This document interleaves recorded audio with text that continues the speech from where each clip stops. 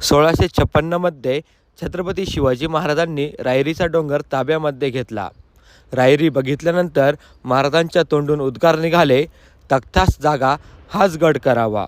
म्हणजे महाराजांना रायरी बघितल्या त्याचे महत्त्व समजले होते आणि ह्या रायरीच्या डोंगरावरती एक अभेद्य किल्ला महाराजांनी तेव्हाच आपल्या मनामध्ये तयार केला होता.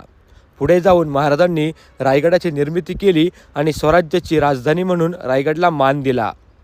महाराजांकडे येण्यापूर्वी रायरी मोरे आणि शिर्क्यांच्या ताब्यामध्ये कित्येक शतके होता. मात्र त्यापैकी कोणाच्याही डोक्यामध्ये ही कल्पना आली नाही की या डोंगरावरती एक अभेद्य किल्ला होऊ शकतो. मात्र वयाच्या अवघ्या 26व्या वर्षी महाराजांनी ते हेरले. रायरीचे महत्त्व लक्षात घेऊन, रायरीचे भौगोलिक स्थान लक्षात घेऊन महाराजांनी अभेद्य अशा रायगड किल्ल्याची निर्मिती केली. महाराजांच्या दूरदृष्टीचा हा एक उत्तम उदाहरण आहे.